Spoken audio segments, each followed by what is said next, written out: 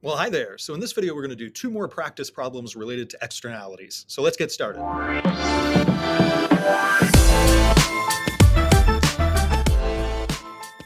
Okay, so the first problem says, for special occasions, people set off fireworks in their backyards.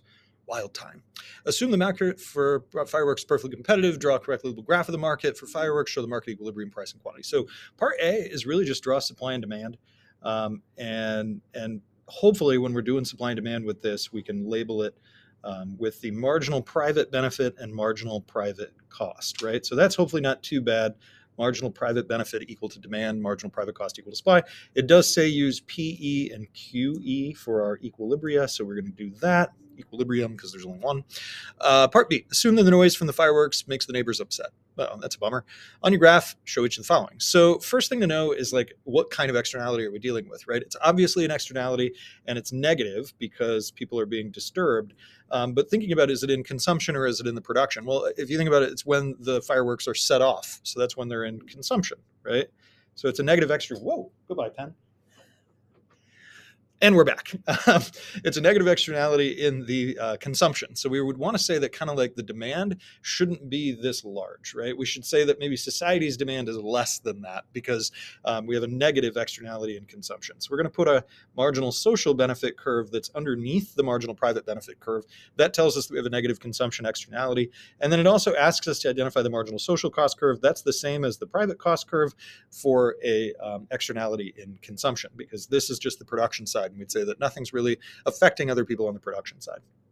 It does ask us for the deadweight loss. And so in order to do the deadweight loss, we've done this. To do deadweight loss, we need to figure out where's the social cost and the social benefit intercept, and at what's our current market quantity. So our intercept is here. That's where we want to be.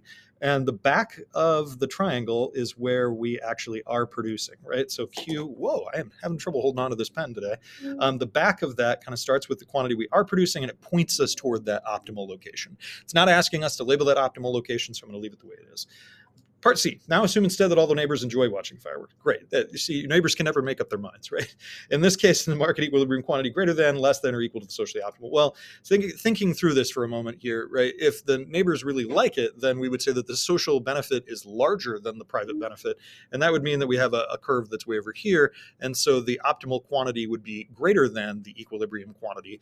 The way this question is phrased is the market equilibrium quantity greater than, less than, or equal to the socially optimal? So we would say that QE is less than Q optimal. And they didn't give me an optimal abbreviation, so I'm going to use that. But QE, they already told me, is the abbreviation for the market equilibrium. And so I'm going to say QE is less than optimal because it's, whoops, that was supposed to be an apostrophe. It's a positive externality. And that would be true whether it's actually a positive externality in consumption or in production. The optimal quantity would be larger than the equilibrium market quantity. In this case, if the government bans the fireworks, why would they do that? People like the fireworks. Dumb government. Will the deadweight loss increase, decrease, or remain unchanged? We would say that it would increase because, and there's not asking us, because no quantity in the market after the ban. And it's a positive externality, so obviously there's going to be some deadweight loss there, and banning it wouldn't make any sense, especially if it's benefiting people. So the deadweight loss would be huge. Let's take a look at number 2. To ensure reliable electricity for AI programs, big tech firms begin to invest in small modular reactors, SMRs, an advanced and low-cost form of nuclear power. This is true. It's kind of an interesting little effect of AI, which will reduce carbon emissions compared to fossil energy, benefiting society while producing electricity. So this is our key phrasing here, right? We're producing electricity and it's benefiting society. So this is going to be a positive externality in production, right? And it says draw a critical graph for the nuclear energy market, show the following, blah, blah, blah, blah, blah. So obviously these tech firms are buying nuclear energy, and there's a market quantity of nuclear energy that's getting produced. But because this is a positive externality, we're going to actually see that the market quantity is too little. So we have MPC and MPB. Always a good habit just to get in the habit of write those labels that way.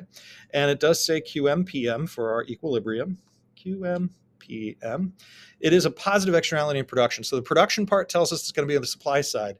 Because it's positive, it means that the social cost of this is kind of lesser than what we would say marginal social cost is lower than what we would say is the private cost.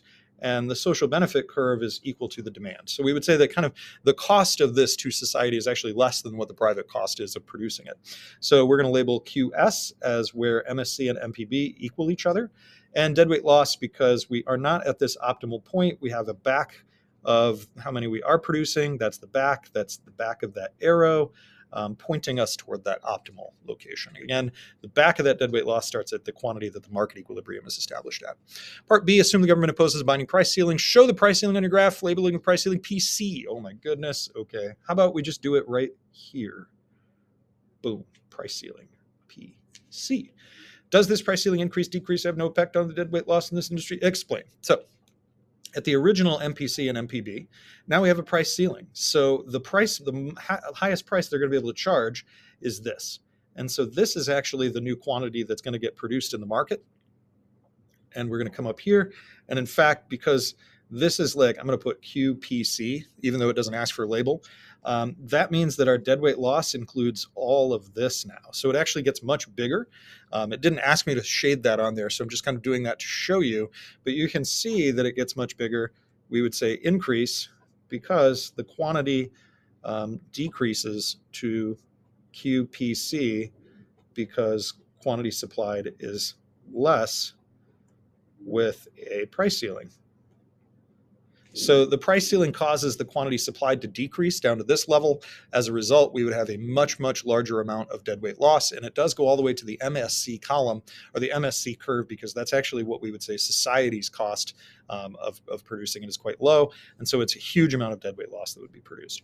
Assume that instead of the price ceiling, the government grants a subsidy for each unit of nuclear energy produced. Will the new equilibrium quantity purchased be greater than, less than, or equal to QM? So if we subsidized this S curve, the MPC is going to shift down, right? It's going to be basically reducing the costs. And so we would actually say that the equilibrium quantity purchased would be greater, right? Greater than QM. It doesn't ask for an explanation for that, but we can actually include it here because MPC shifts down and right. We'll kind of include both of those. So increase quantity purchased. And what it really is just saying that we're going to move that curve down, and that would actually solve this deadweight loss in the way it really should. So a price ceiling, typically not what we would do with a positive externality. In fact, what we would want to do is subsidize those. So that's really what this question is kind of getting you to think about, is that when we talk about things like externalities where it's providing extra benefits, if we just put a price ceiling on it and say, well, society is going to love it because it's so cheap now, the producers aren't going to produce enough. And as a consequence of that, it's going to make the problem worse. So rather than a price ceiling, which is too blunt of an instrument, we should use a subsidy in the amount of that marginal external cost. All right, so hopefully this helped you with market failures. I'll see you next time.